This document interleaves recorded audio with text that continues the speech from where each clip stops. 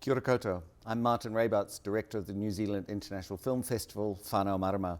Really pleased to be here with Anna Marbrook, Director of LOIMATA, the Sweetest Tears. Kia ora, Anna. Kia ora. So, you've made an incredibly beautiful film, and I know our audiences who are watching this will be still in that state of I found it when I first saw this film as a work in progress, a personal loss. Even though I'd only met your wonderful protagonist character, Emma, in the previous hour and a half, somehow you'd drawn me and she had allowed me into her world. So I felt a personal sense of loss at the end of that film. But you've known her for much longer. Tell us how you came to know her, how you became such friends, and also the process of gaining so much trust and closeness that a film like this is possible, because its intimacy is incredible. Yeah, we met in Samoa actually through her Aunt Fui, who's a leader of the organics movement in Samoa, and I was working on a food project at the time. And so we first met there, and then our paths started crossing through the waka. And so I was collaborating with Hoturoa Barclay Kerr, who's one of the mātua of the Voyaging Pacific. And she was his captain, and also ran a huge amount of his training and maintenance around his fleet of waka. I was working with him, so we kept on intercepting. And then we started working alongside each other on projects. And we were kind of getting to know each other, but it really came through the work together. And then the friendship grew out of that.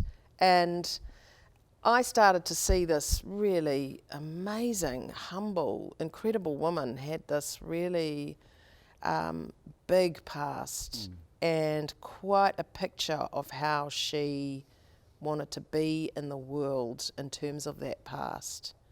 And so I guess the friendship grew through the work, and then it became like a mate. And you know, that had its challenges in filming, as you can imagine. Well, a film like this, where you're filming the last time of a character that is both your subject of a documentary and your friend, is always going to be challenging.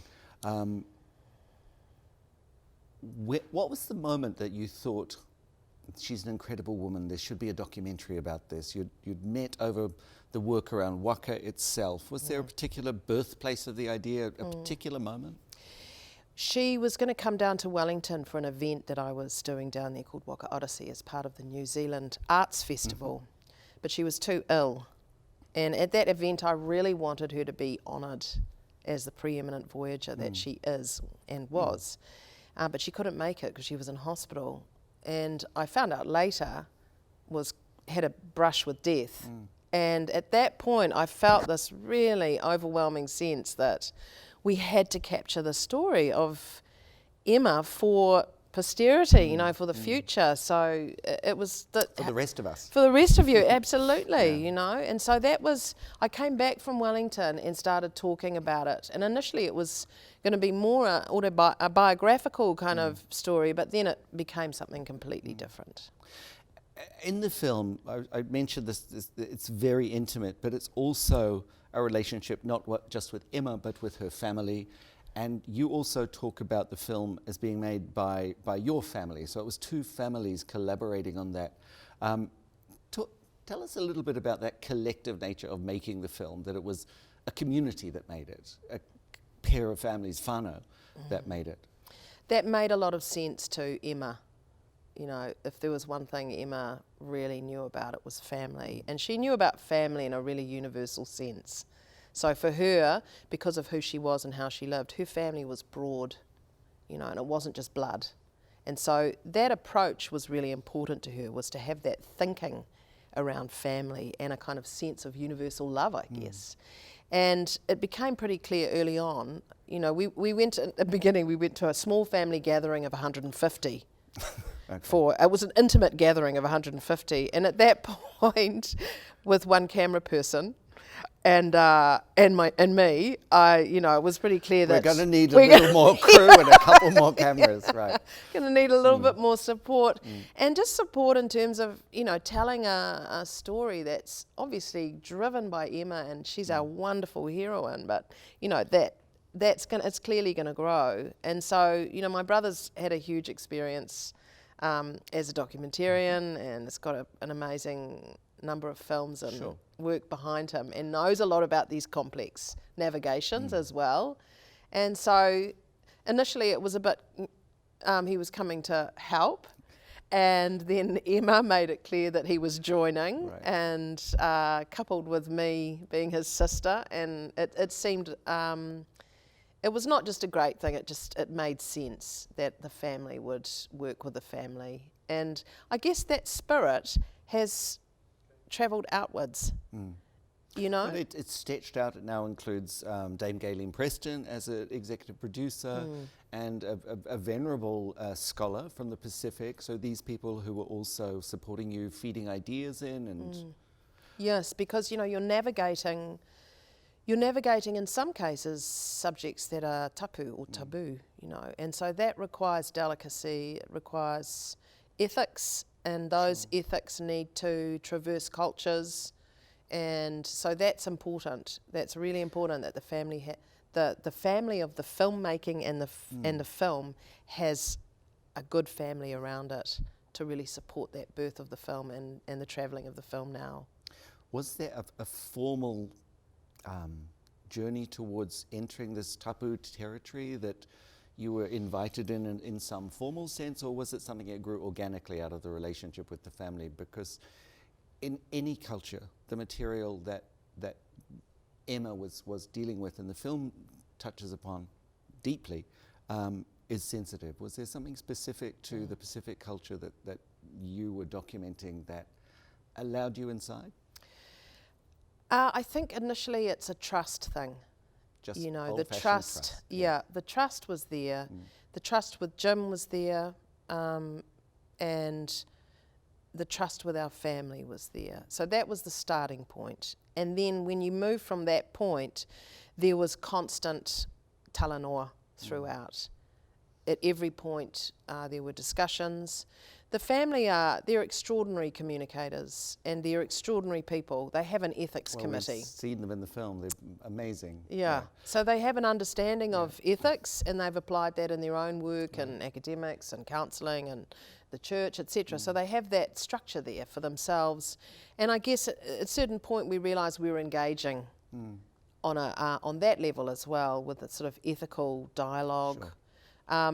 You know, I think in many ways Emma navigated a lot of what happened. So for some of us, she was the navigator. That's right. Yeah. So in some ways, you know, we were working very spontaneously, which I think is why you feel that sense of intimacy and connection at times in the film. You know, because it's very live, and in many ways it was like shooting live drama. Yeah. You know, thank goodness I had those years on Shortland Street. You never know when something's going to pay off. Just that question of Emma being a navigator, she must have made a personal choice to have a documentary crew in the last period of her life, which is a difficult time, obviously, for anybody. She made a choice to share that journey, not just with her family, to take them to a place of healing, but us, the audience, I guess. Was that something you discussed, that she consciously threw her life open? Yeah, she said to me and to Jim, if there is a way that my life and this journey can help one person who's struggling with some of these things, then that's worth it. And that was sort of her mantra. So, you know, it's quite hard to describe that aspect of Emma in terms of service. She really served with her life to her communities, the Waka community, the Rainbow community. She really served, and I think the end of life was no different for her. She had an incredibly magnificent and dignified death. And I've always been told those magnificent deaths reflect a magnificent life, you know. So I think she had that opinion. So I think that's affected and is reflected in how we're thinking now as a team about how we share the film, you know, and how we reach these communities. That's why we're really thrilled about what's happening here now with you. No, I mean, this was, I saw the film as a work in progress some time back, as I just mentioned, and knowing the impact that this film will have on New Zealand communities but also internationally. When it goes international, I was just delighted that the festival can play a key role in bringing it out first into the world. So, you know, thanks for bringing the film to us. But what are some of those plans that you have to beyond the festival launch and people seeing the film online or in certain cinemas? Tell us a little bit about that and how you're making sure that the film is not only being seen, but its impact is being managed afterwards, because it's pretty hard-hitting at times. Yes, so there have been along the way a series of engagements leading up to this festival, and those have been quiet engagements with various key community leaders and various key people working across different institutions and organisations here in Aotearoa and the Pacific. And so those relationships are being built so that the film can have safe passage into their communities. And the dialogue has begun so that we build the right support around those safe passages. So once we've travelled on this journey with you, the film will continue into that journey with those relationships that have been seeded and built.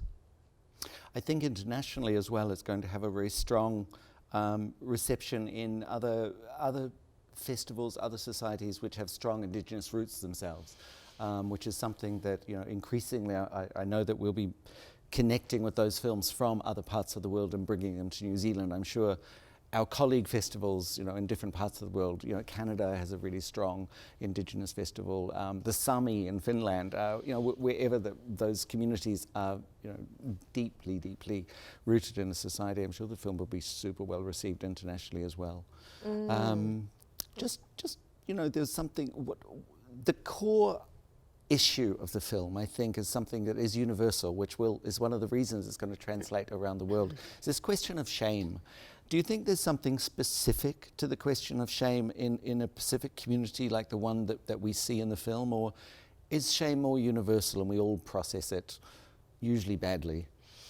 Yeah, I think we looked to the universal through the specific. So the specifics of Emma's situation and the time and the place as a family of diaspora here in Aotearoa, as people who immigrated here in the 1960s. I think what's interesting is that Emma found healing in some of those really fundamental and beautiful Indigenous frameworks. If you look into those Indigenous frameworks, their humanity, you know, they're incredibly human and really understand our relationship with our past, our relationship with our environment, our relationship with each other, and even our relationship with our successes, you know, and how we build those successes. So I think the Indigenous frameworks that Emma really used in that healing journey out of shame, things like breaking the silence are just across the board, but absolutely. Then also being able to draw on those incredible Indigenous references and lived experiences that we all have Indigenous hearts. You know, if we dig in there far enough back, of course, there is an Indigenous heart beating there, and And for me, that's, you know, as a palangi, that's really a very inspiring thing for me to be able to have access to these beautiful philosophies that do nothing but enrich humanity. And the window that the community and Emma opened to us through you and the community who made the film, your collaborators, just deep life lessons to be learned from that. And, you know, thank you for sharing it with us. I mean, Emma, I feel like she's still charting this waka of the film, and she'll be, you know, her spirit is with it, taking it out into the world. So best of luck for the ongoing life of the film. And thank you so much for bringing it to us first round. Oh, thank you so much for having us here. It's a real honour. Thanks, Anna.